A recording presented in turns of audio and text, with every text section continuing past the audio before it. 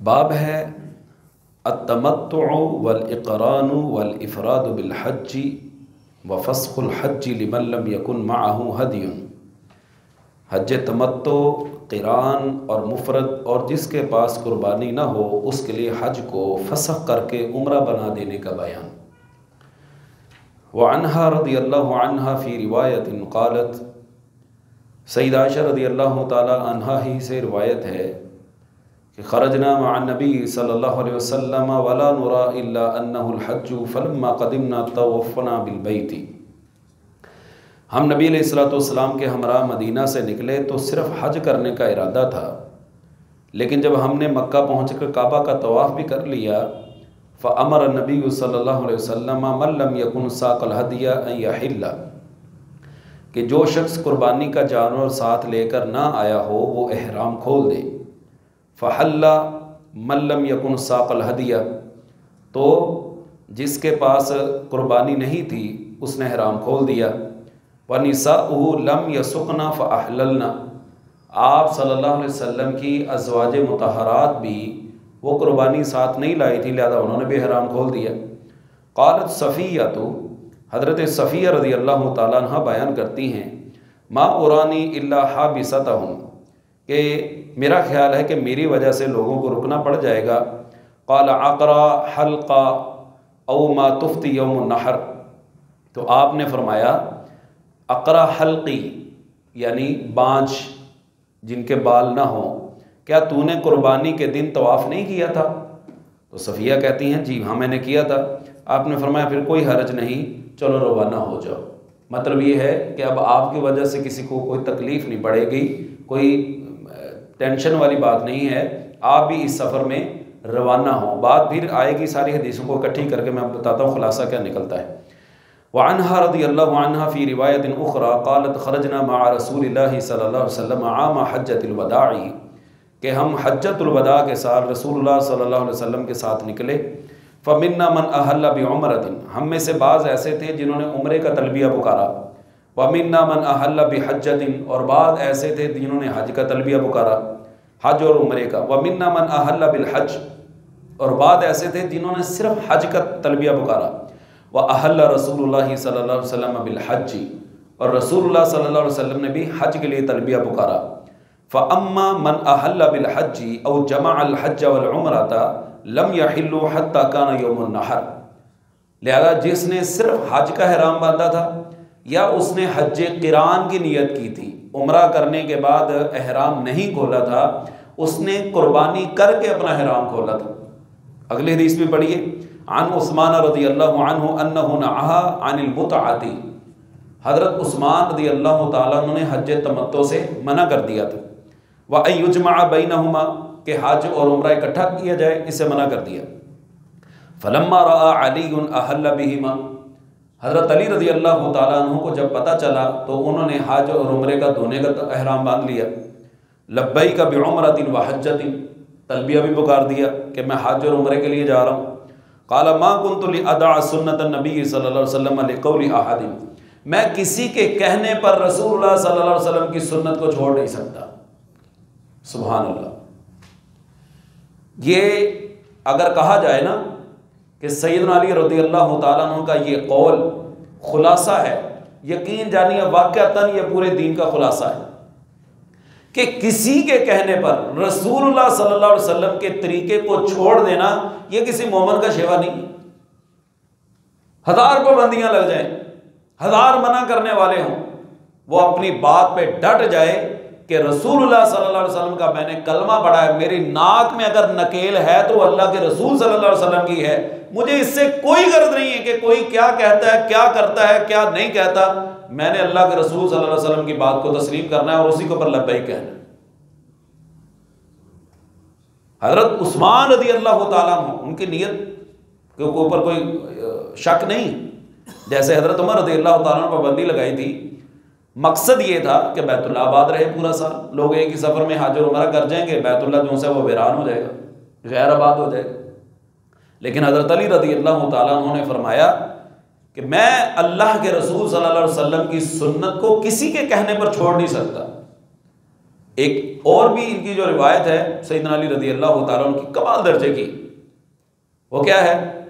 कहते हैं लौ कान अद्दीन अला राई, हज़रत अली मुर्तज़ा रज़ी अल्लाह तआला अन्हु क्या फरमाते हैं? लौ कान अद्दीन अला राई, अगर दीन अकल के मुताबिक होता, लकान अस्फलुल खुफ़ी औला बिल मस्हि मिन अअलाहु, तो मौज़ों पर मसा नीचे से होना चाहिए था, वो ऊपर से नहीं होना चाहिए था। अगर दीन इस अकल के मुताबिक होता, तो अकल का तकादा ये है कि मौजे पर चलते वक्त गंदगी ऊपर लगती है कि नीचे लगती? नीचे लगती। तो मसा कहां से होना चाहिए था? ऊपर से कि नीचे से? नीचे से होना चाहिए था। लेकिन कहते हैं वक़द रअयतु रसूलल्लाह सल्लल्लाहु अलैहि वसल्लम यमसहु अला ज़ाहिरि खुफ़ैहि, दीन अकल के घोड़े दौड़ाने का नाम नहीं है। मैंने अल्लाह के रसूल सल्लल्लाहु अलैहि वसल्लम को जो देखा है, आपने मौजों के ऊपर से मसा किया। अकल जाए बाढ़ के अंदर, नहीं समझ आती ना आए, इस ना के अंदर नकेल है अल्लाह उसके रसूल की। वो बात समझ में आती है नहीं आती, अकल के किसी खाने में दाखिल होती है नहीं होती, इससे कोई सरोकार नहीं है। रसूलुल्लाह सल्लल्लाहु अलैहि वसल्लम का, कमली वाले का, मदीने वाले का फरमान है। ये मेरी पेशानी यहां पे झुकी हुई। वो मशहूर वाकया है ना, एक यहूदी और मुसलमान का आपस में निज़ा हो गया, लड़ाई हो गई। वो फैसला लेके आ गए अल्लाह के रसूल सल्लल्लाहु अलैहि वसल्लम के पास। रसूलुल्लाह सल्लल्लाहु अलैहि वसल्लम ने ज़ाहरी जो मामला था उसकी बुनियाद पर फैसला, हमेशा ज़ाहरी केस की बुनियाद पर फैसला किया जाता है। ज़ाहरी जो दलाइल होते हैं उसी के मुताबिक फैसला किया जाता है। आपने वो फैसला यहूदी के हक में कर दिया कि यहूदी सच्चा है। वो मुसलमान कहने लगा नहीं नहीं, मुसलमान तो नहीं हो सकता, मुनाफिक होगा। मुसलमान हो और अल्लाह के रसूल सल्लल्लाहु अलैहि वसल्लम के फैसले पर राजी ना हो, ये कैसे हो सकता है? कहने लगा मुझे इस फैसले से तसल्ली नहीं है। तो कहने लगा ठीक है, किसी और से फैसला करवाना तो करवा लेते हैं। वो मुनाफिक उठा वहां से और हजरत उमर रज़ी अल्लाह तआला के पास ले आया। हजरत उमर रज़ी अल्लाह तआला को बुलाया, उन्होंने दोनों की बात सुनी। यहूदी कहने लगा इससे कबल कि आपको ये फैसला सुनाएं, इस मुकदमे का फैसला आपके रसूल सल्लल्लाहु अलैहि वसल्लम कर चुके हैं। हजरत उमर रज़ी अल्लाह कहने लगे किसके हक में हुआ है? कहने लगे मेरे हक में। कहने लगे सब्र करो, अभी बताता हूं कि किसका हक है। जलाली तबीयत के मालिक थे ना, अंदर गए, जाके तलवार लाए और उस मुनाफिक की गर्दन उतार दी। कहा दुनिया वालों सुन लो, जो बंदा अल्लाह के रसूल सल्लल्लाहु अलैहि वसल्लम के फैसले को नहीं मानता उसका फैसला उमर की तलवार करेगी। जिसको अल्लाह के रसूल सल्लल्लाहु अलैहि वसल्लम के फैसले पे भी कोई रजा नहीं है, लिहाजा अल्लाह ताला ने कुरान पाक नाज़िल कर दिया कि उस वक्त तक ये मोमिन नहीं हो सकते हत्ता युहक्किमूका फीमा बैनहुम, आपस में अगर कोई लड़ाई हो जाए, आपको फैसल ना माने, आपको फैसला करने वाला ना माने, ये मोमिन ही नहीं हो सकते। अल्लाह के रसूल सल्लल्लाहु अलैहि वसल्लम का फैसला तुम्हें कबूल नहीं? रसूलुल्लाह सल्लल्लाहु अलैहि वसल्लम जो फैसला कर दिया, हमारे यहाँ भी यही मेयार है ना, जिसके हक में फैसला हो जाए कहता है अदालत ने बड़ा शानदार फैसला किया, और जिसके खिलाफ चला जाए कहता है अदालत ने रिश्वत ली। अगरचे बाद केस हमें नजर आते हैं, उसमें वो हमारी अदालती जो निज़ाम है वो हमारे सामने है, कोई उससे बाहर ढकी छुपी नहीं। हर बंदा ही जानता है कि हमारा अदालती निज़ाम कैसा है, उस पर रोया ही जा सकता है। यानी आप अंदाजा करें हमारे अदालती निज़ाम की हालत ये है, इतनी पतली है कि एक आदमी का केस लगा, 12 साल तक केस चलता रहा। 12 साल बाद अदालत ये फैसला सुनाती है कि यह बंदा बाइज्जत बरी किया जाए। कहते हैं हजरत जनाबे वाला 2 साल बंदा पहले ये जेल में मर चुका है, जिसको आप बाइज्जत बरी कर रहे हैं। वो जेल में दम तोड़ चुका है, वो अगले जहां में जा चुका है। अब वो आपके फैसले का इंतजार उस दुनिया में जाके कर रहा है जहां पे वो आपका गिरबान पकड़ेगा। ये तो हाल हमारे अदालती निज़ाम का। ये 6 महीने पहले की बात है, एक बुजुर्ग, कोई ज़मीन का मसला था, काफ़ी देर से केस चल रहा था, उनके हक में फैसला हो गया। उनके हक में फैसला हो गया, पता नहीं कितने धक्के खाए होंगे बेचारे। वो वकील से पूछता है मैं केस जीत गया? वकील कहता हाँ आपके हक में फैसला हो गया। कहता वाकई? कहता हाँ वाकई। वो इस खुशी में मर गया, खुशी से ही मर गया कि मेरे हक में फैसला हो गया, कि मुझे तो यकीन ही नहीं था। और लगे हाथ ये भी सुनते जाएं, कराची के एक बुजुर्ग थे, उनका केस चलता गया। इस दौरान उनकी अहलिया भी फौत हो गई, बच्चे भी फौत हो गए, बहन भाई भी फौत हो गए, माँ बाप भी फौत हो चुके, अकेले रह गए दुनिया। ज़मीन थी बहुत ज़्यादा। आखिरी उम्र में जाके जबकि अब ज़िंदगी के अय्याम पूरे हो रहे हैं, बोनस चल रहा है, अदालत ने कहा जी ये ज़मीन आपकी। बताया वो ज़मीन कहाँ लेके जाएगा? वो ढेर सारी ज़मीन कहाँ लेके जाएगा? वहाँ पे अपनी कब्र बना ले। ये तो हालात है हमारे अदालती निज़ाम के। ज़्यादा बात नहीं की जा सकती, लेकिन आपको पता है, हर आदमी जानता है कि हमारा अदालती निज़ाम कैसा है। अल्लाह मुआफ़ फरमाए, जो कुछ होता है अल्लाह की पनाह। अदालत, हस्पताल ते जेल, इन्हों दी कंधा में पैसे मंगती हैं, बंदा कंगाल हो जाता है। इसलिए अल्लाह ताला से पनाह मांगा करें कि अल्लाह ताला हमें इस रास्ते पे बदले के न जाए। ये जो रास्ता वहाँ पे जाता है ना, अल्लाह वहीं से हमें वापस कर ले, इस रास्ते पर अल्लाह हमें डाले ही ना, जो हमारा निज़ाम अल्लाह माफ़ फरमाए खराब।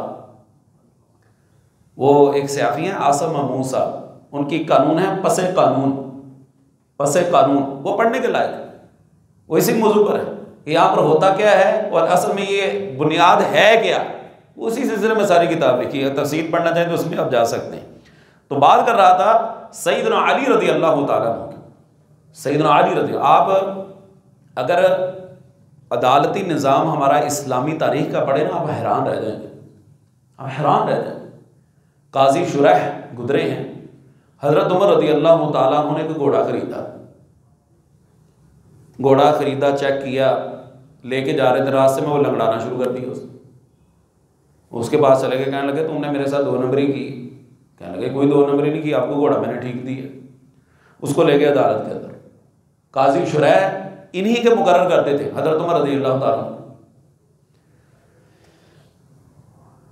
कहने लगे काजी शुरैह से कि जी इसने मेरे साथ ये काम किया है, मुझे घोड़ा जो है ना वो 2 नंबर दिया है। काजी शुरैह कहने लगे कि बताइए अमीरुल मोमिनीन, जब आपने घोड़ा लिया था उस वक्त कैफियत क्या थी? कहा जी कैफियत उस वक्त ठीक था। क्या जब आपने लिया चेक करके लिया? कहा जी हाँ चेक करके लिया। कहा बाद में ऐप पड़ा है? कहा जी हाँ बाद में ऐप आया है, लेकिन है पहले का था। कहना जब आपने लिया उस वक्त ठीक था ना? कहा हाँ जी हाँ ठीक था। कहा फिर या तो फिर उस तरह का वापस कीजिए या इसी पे राजी हो जाइए। वक़्त का हुक्मरान एक तरफ कटहरे में खड़ा है और एक तरफ वो चरवाहा खड़ा है जो अपना ऊँट बेचने वाला या सवारी घोड़ा बेचने वाला। हत्ता के हज़रत अली रज़ी अल्लाह तआला के दौर में भी यही काजी थे। हज़रत अली रज़ी अल्लाह तआला की ज़िरा और तलवार चोरी हो गई। ज़िरा जो जैकेट होती है बुलेट प्रूफ तलवार के वार से बचने के लिए, वही यहूदी ने चोरी की। उन्होंने पकड़ लिया उस बंदे को, ले गए अदालत के अंदर। अदालत ने कहा कादी शुरैह रहमहुल्लाह ने कि जी आपके पास क्या सबूत है? कहने लगे मेरा बेटा गवाह है। कहा आपको पता है अल्लाह के रसूल सल्लल्लाहु अलैहि वसल्लम ने बेटे को बाप में हक में गवाह बनने से मना फरमाया है। बेटा बाप के हक में गवाह नहीं बन सकता। यहूदी से कहा तेरे पास क्या सबूत है? कि तेरी कहता मेरे हाथ में पकड़ी है, यही सबसे बड़ा सबूत है, मेरे हाथ में। तो अदालत जब भी फैसला करती है ज़ाहरी शवाहिद की बुनियाद पर करती है ना, तो हज़रत कादी शुरैह ने उस यहूदी के हक में फैसला कर दिया कि ठीक है उसकी दलील पक्की। वो यहूदी इतना मुतासर हुआ, कहने लगा हैं ये जानबदारी का कोई मुजाहरा नहीं किया गया बल्कि दलाइल की बुनियाद पर फैसला कर दिया गया। उसने कलमा पढ़ा, मुसलमान हो गया। हज़रत अली रज़ी अल्लाह तआला से कहने लगा जी अपनी ज़िरा और तलवार वापस ले लें। कहने लगे तुम मुसलमान हो गए, इसी खुशी में मेरी तरफ से गिफ्ट है तुम्हें। ये है अदालती निज़ाम। और यही काजी शुरैह रहमहुल्लाह थे। क्या इनके मैं आपको वाक़या सुनाऊँ और क्या ना सुनाऊँ। इनका अपना बेटा किसी के साथ मामला ख़राब कर बैठा, कादी शुरैह का, और आके कहने लगा अब्बा जी अगर आपकी इजाज़त हो तो मेरा फ़लाँ कौम के साथ झगड़ा हो गया है, अगर आपने मेरे हक़ में फ़ैसला करना है तो मैं उनको घसीट के लाऊँ आपके पास। कहाँ बेटा लेके आओ, क्यों नहीं। वो लेके आए, ज़ाहरी दलाइल देखे तो बेटा गलत था, बेटे के ख़िलाफ़ फ़ैसला दे दिया, कहा इसको जेल में डाल दें। जब उससे मिलने के लिए जेल में गए, बेटा कहने लगा अब्बा जी इस ज़िल्लत से बचने के लिए तो आपसे कहा था, आपने फिर मेरे खिलाफ फैसला दे दिया। कहा मेरे बेटे मुझे तुमसे बड़ी मोहब्बत है, मुझे तुमसे बड़ी मोहब्बत है, लेकिन एक ज़ात ऐसी है जिससे मुझे तुमसे भी ज़्यादा मोहब्बत है, वो अल्लाह की ज़ात। जब तुमने मुझे केस सुनाया मुझे बात खटक गई कि ये ना हो कि मेरी नाक के नीचे मेरा बेटा ही लोगों के साथ ज्यादतियां कर रहा हो तो मैं अल्लाह को क्या जवाब दूंगा। इसलिए उस अल्लाह के यहाँ सरगुरू होने के लिए तेरे खिलाफ फैसला दिया। और यही काजी शुरैह थे जिन्होंने आखिरी उम्र में जाके खलीफा वक्त से मादरत कर ली थी कि मैं मजीद आगे इसको कंटिन्यू नहीं कर सकता, मुझे इस ओहदे से सबको दोष कर दिया जाए, मेरे अब अकल जो है वो सलामत नहीं है, मुझे इस ओहदे से हटा दिया जाए, मैं इस ओहदे का काबिल नहीं। कौन है हमारे यहाँ जो ओहदा छोड़े? मर के ही जान छोड़ती है, वरना कोई ओहदा नहीं छोड़ता। और एक हुक्मरान की बात सुन लें, फिर आगे चलते हैं। एक हुक्मरान गुजरा है, उसके बारे में सुना जी, आदिल नौशेरवान। आदिल कहते इसम बा मुसम्मा था, आदिल का माना अदल करने वाला। इसे पता चला कि इसकी हुकूमत में जो काजी है, चीफ जस्टिस है, उसने रिश्वत लेके किसी के हक में फैसला कर दिया। इसने उस काजी को बुलाया, नायब काजी को बुलाया, अपनी पूरी कैबिनेट को, कबीना को बुलाया, जल्लाद को हुक्म दिया इसके जिंदे की खाल उतार, इसके जिंदे की खाल उतार। लिहाजा उस जिंदे की खाल उतार के उस कुर्सी पर डाल दी जिस पे बैठ के फैसले करता था। और जो नायब काजी था उसे कहा कि याद रखना, अगर तूने भी आगे से जानबदारी का मुजाहरा किया तो अगली खाल तेरी होगी, अगली खाल तेरी होगी। तो जिन कौमों ने इस चीज को अपनाया, अदल को, नतीजा क्या निकला? अल्लाह ताला ने दुनिया के अंदर अमन व अमान कायम कर दिया। और देखें, आपको या मुझको खुदा न खास्ता अगर कोई मसला बनता है, किसी के साथ कोई लड़ाई झगड़ा बन जाता है, कोई ऐसा, आपके पास कौन सी चीज बतौर सहारा है? आपको किस चीज पे उम्मीद है? आपको यही ना कि मैं अदालत का जाकर दरवाजा खटखटाऊंगा और अपने हक के लिए मैं वहां पे लड़ूंगा। और जब वहां पे निजाम ही ऐसा हो कि आपके हक में होना ही नहीं है, तो फिर आप क्या करेंगे? और जब अदालती निजाम मुतासर होता है, अल्लाह माफ फरमाए, फिर मावराए अदालत जो मामले होते हैं ना, अल्लाह ताला इससे महफूज रखे। फिर वो ये कुछ होता है, फिर खाना जंगी शुरू हो जाती है। बंदे कहते हैं अदालत में इसके हक में तो फैसला हो ही जाना है, तो हम ये अदालत यहीं पे लगा देते हैं। इसलिए अदालती निज़ाम का मजबूत होना बहुत ज़रूरी है। आन इब्न अब्बास रज़ियल्लाहु अन्हुमा क़ाल कानू यरौना अन्नल उम्रत फ़ी अशहुरिल हज्ज मिन अफ़ज़लिल फ़ुजूर। अब्दुल्लाह बिन अब्बास फरमाते हैं कि लोग समझते थे कि हज के ज़माने में उम्रा करना बहुत बड़ा गुनाह है। वयजअलून अल मुहर्रम, और वो क्या करते थे, माह मुहर्रम को सफ़र कर लेते और कहते कि जब ऊँट की पीठ का ज़ख्म अच्छा होकर उसका निशान मिट जाए और सफ़र गुजर जाए, उस वक्त उम्रा हलाल है। मतलब कि हज के महीनों में उम्रा करना लोग मुनासिब नहीं समझते थे। लिहाजा क़दिम नबी सल्लल्लाहु अलैहि वसल्लम व अस्हाबुहु सबीहता राबिअतिन मुहिल्लीन बिल हज। आप सल्लल्लाहु अलैहि वसल्लम अपने सहाबा किराम के हमरा जुल्हज्जा की 4 तारीख को सुबह को हज का एहराम बांधे हुए मक्का पहुँचे, और आपने अपने सहाबा को हुक्म दिया कि वो इस एहराम को ख़त्म करके उसके बजाय उम्रे का एहराम बांधे। तो ये बात उन लोगों को गरां गुजरी और कहने लगे, या रसूलुल्लाह सल्लल्लाहु अलैहि वसल्लम, उम्रा करके हमारे लिए क्या चीज़ हलाल होगी? आपने फरमाया तुम्हारे लिए सारी चीज़ें हलाल होगी। यानी लोग जाहिलियत के अंदर क्या समझते थे, और रसूलुल्लाह सल्लल्लाहु अलैहि वसल्लम ने उस तालीमात को जो अल्लाह ने अपने नबी अलैहिस्सलातु वस्सलाम पे नाज़िल की थी, उनको कंटिन्यू किया है कि ये है असल शरीयत। जो तुम पहले समझते रहे हो, ये जो चीज़ें लोगों के यहाँ आम थी, उसका कोई एतबार नहीं है। जब मैं तुम्हें ये बात कह रहा हूँ तो फिर बाकी बातों की सारी हैसियत ख़त्म हो जाती है। इसी तरह हज़रत हफ्सा रज़ियल्लाहु ताला अन्हा बयान करती हैं कि उन्होंने कहा, अल्लाह के रसूल, मा शाअनुन नास हल्लु बि उम्रतिन, लोगों ने तो उम्रा करके हराम खोल दिया है और आपने उम्रा करके हराम नहीं खोला। काला इन्नी लब्बअतु रासी, मैंने अपने बाल जमा लिए थे, वक़ल्लतु हदी, और मैंने अपनी कुर्बानी को कलादा पहना दिया था। फला अहिल्लु हत्ता अनहरा, तो जब तक कुर्बानी ना कर लूँ मैं एहराम नहीं खोल सकता। मतलब ये है कि रसूलुल्लाह सल्लल्लाहु अलैहि वसल्लम की भी चाहत यही थी कि मैं हज तमत्तो करूँ, यानी उम्रा करके एहराम खोल दूँ, लेकिन आप फरमाते थे मेरे साथ क्योंकि कुर्बानी है इस वजह से मैं हज किरान कर रहा हूँ, और हज तमत्तो करना ही अफजल है। सारी बात का खुलासा यही निकलता है जो मैंने कल भी जिक्र किया था, उससे पिछली मजलिस में भी जिक्र किया था कि हज की 3 किस्में बनती हैं, हज तमत्तो, हज किरान और हज इफराद। तमत्तो ये होता है कि आप उम्रा करके एहराम खोल दें और 8 ज़ुल्हज्जा को फिर एहराम बांधें हज के लिए, और किरान ये होता है कि जिस एहराम के अंदर आपने उम्रा किया है उसी एहराम को बांधे रखना है और 8 ज़ुल्हज्जा को आपने हज का तलबिया पुकार देना है। और हज इफराद ये है कि आपने सिर्फ हज करना है। अल्लाह ताला हमें इसकी तौफीक अता फरमाए। व आखिरु दावाना अनिल हम्दुलिल्लाहि रब्बिल आलमीन।